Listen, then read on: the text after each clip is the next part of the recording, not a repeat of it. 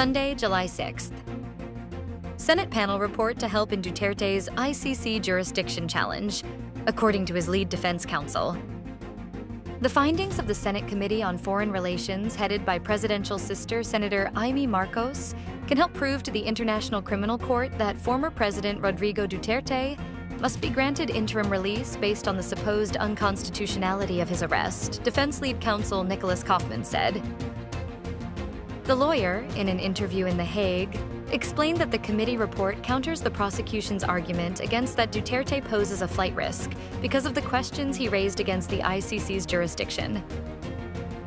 As you may be aware, the prosecution has argued that Mr. Duterte is a flight risk. And they base that inter alia and the argument that he has expressed through his counsel that his surrender to the court was essentially an illegal rendition, he said in a video posted on Alvin and Tourism Facebook page. We believe that the report counters that.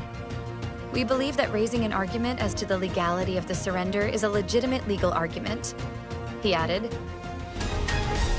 20 pesos per kilo of rice will be available to Walang Gutom beneficiaries starting July 7th, says the Department of Social Welfare and Development.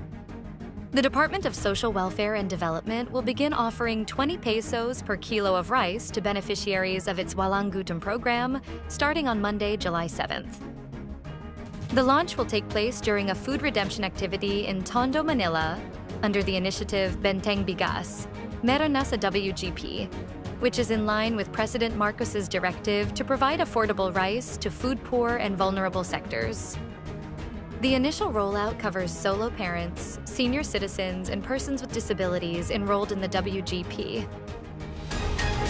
The Philippine Coast Guard is on heightened alert for the rainy season. The Philippine Coast Guard announced Sunday, July 6th, that it has placed all its units on a heightened alert as the country braces for the impact of the rainy season. PCG Commandant Admiral Ronnie Hill Gavin ordered intensified readiness measures to ensure the safety of coastal communities, maritime travelers, and vessels amid threats of heavy rainfall, floods, and rough seas.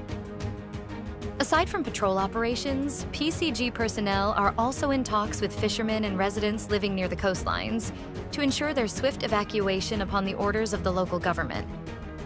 Earlier this month, the PCG alerted its deployable response groups across its 16 districts nationwide to ensure the safety of the public in case of flooding.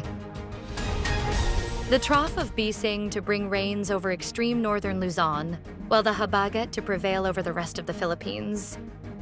Scattered rain showers are expected in parts of extreme northern Luzon due to the trough or extension of Typhoon Danas, while the southwest monsoon will continue to affect much of the country.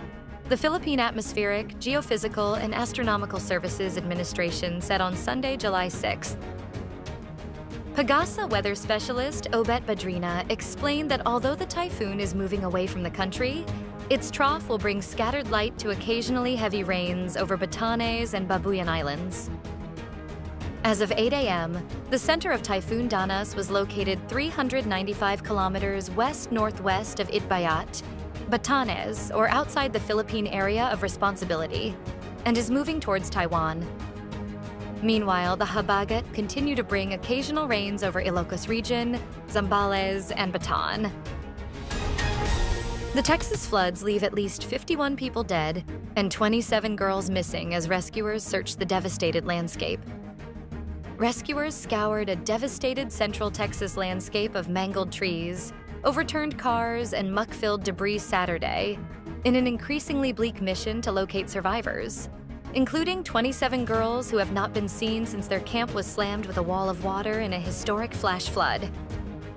The flooding in Kerr County killed at least 43 people, including 15 children, and at least 8 people died in nearby counties.